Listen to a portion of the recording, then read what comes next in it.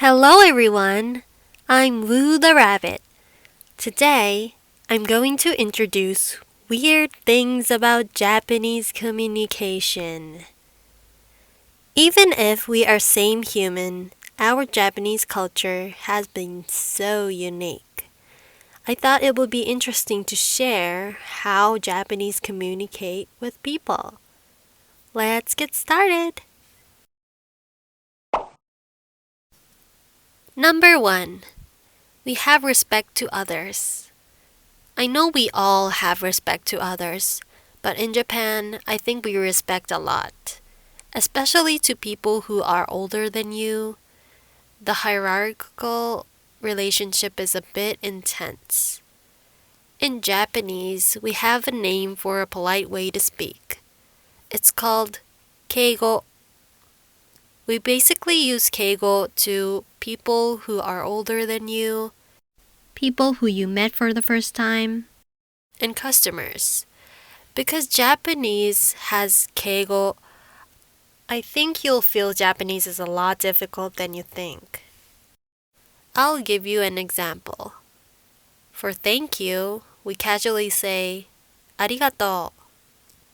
But when you say it in keigo, it will be arigatou gozaimasu. Also, for yes, we casually say But when you say it in keigo, it will be hai. I know it's complicated, but hang in there.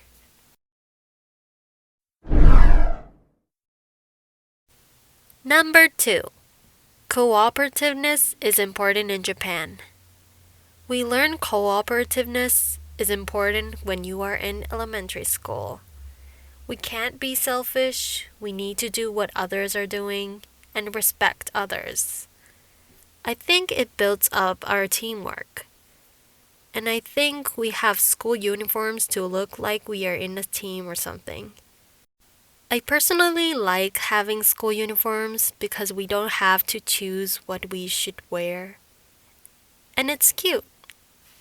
Cooperativeness could be bad sometimes because we were taught that cooperating is a good thing to do. We can't express our personalities that much. We were taught that what is right and what is wrong.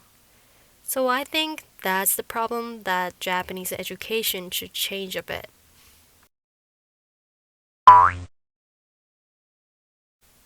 Number 3. Most Japanese can't speak English. In Japan, we use Japanese. Also, we start learning English from 10 years old. However, schools only teach us easy English and sometimes useless English. For example, this is a pen. Yeah, of course it's a pen. I can see it. The other reason a lot of Japanese can't speak English is because Japanese sometimes don't have the same sounds of English. For example, R and L sounds, right and light.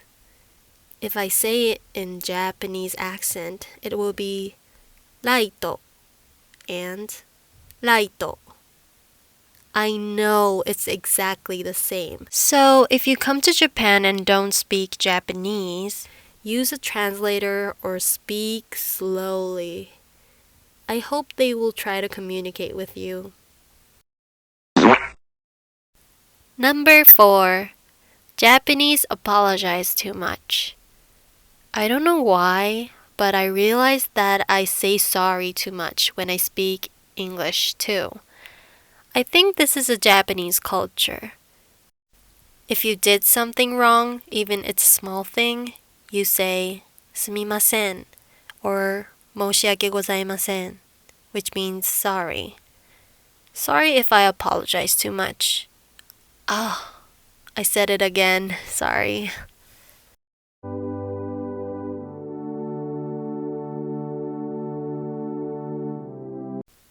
Number 5. Customers are God. This is just a metaphor, but we have this idea. In Japan, customer service is so good. They are always smiling, talk politely, and do anything what customers say. And if we can't do what customers ask, we apologize. A lot. Some customers are rude because they think themselves they are the god, and the staff need to follow what they say. I hate those customers.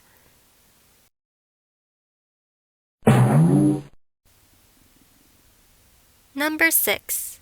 Japanese care what people think too much. Okay, I think there's a lot of people in the world who think too much what people think. But in Japan, this is normal. We won't be negative or naive about it, but because we think too much about others, Japanese are well-mannered, in my opinion. I'll introduce some manners in Japan in the other video.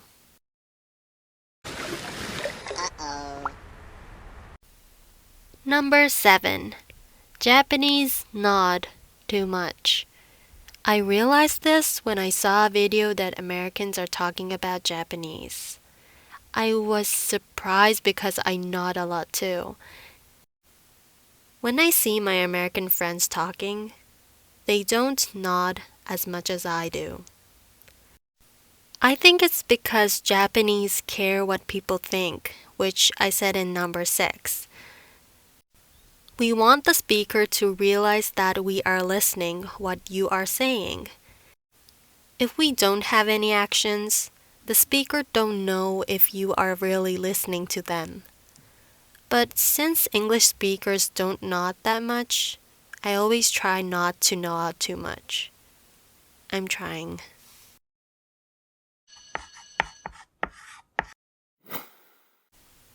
Number 8. Culture to infer what people think and decide what is the best thing to do. This is also related to care that people think about you. When you are in a situation, you need to think what is the best thing to do, besides what you want to do.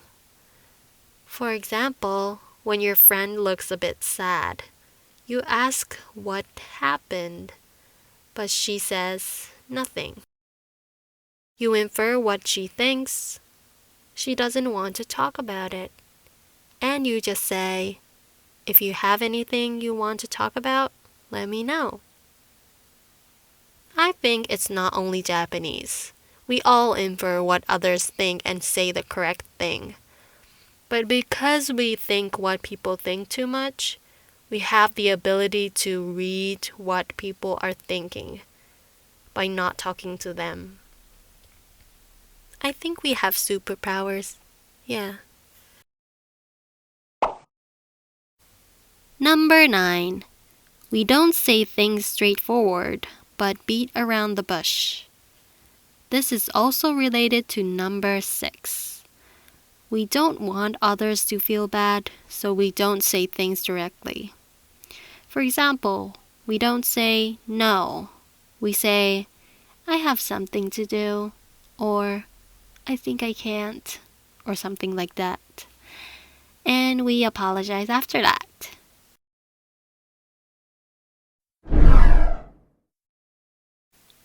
Number 10. Japanese bow a lot. I think a lot of you know bowing is a tradition in Japan. We bow when we say thank you, sorry, bye. To people who is older than you, people you met for the first time, and customers.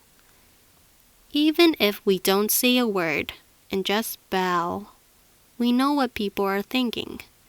For example, when you open the door and the person bows at you and went through the door, even the person didn't say a word, you feel happy. Bowing is an important way to communicate with people.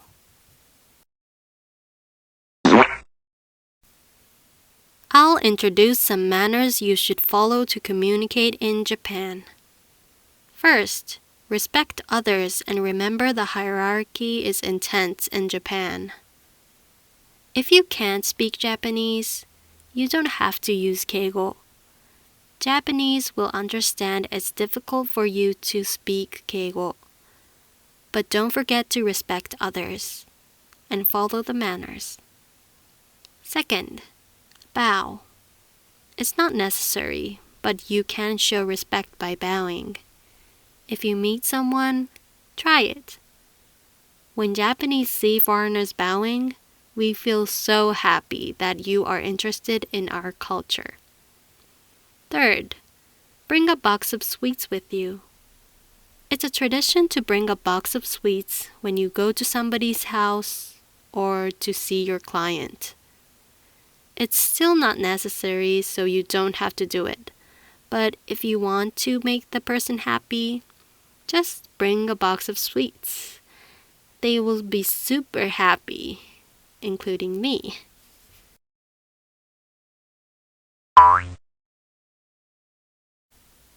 So this is it for today's video. How did you think about communicating in Japan? I know it's a bit complicated, but you don't have to follow the rules. I'm sure Japanese will accept your mistakes. Still, if you try to follow our manners, we will be so happy. Even if you say konnichiwa, I will be so happy. I love hearing say konnichiwa from foreigners. If you like this video, give it a thumbs up and subscribe. And don't forget to leave a comment. On Instagram, I post Japanese phrases, listening, and today's kanji, so please check it out. See you in our next video. Bye bye!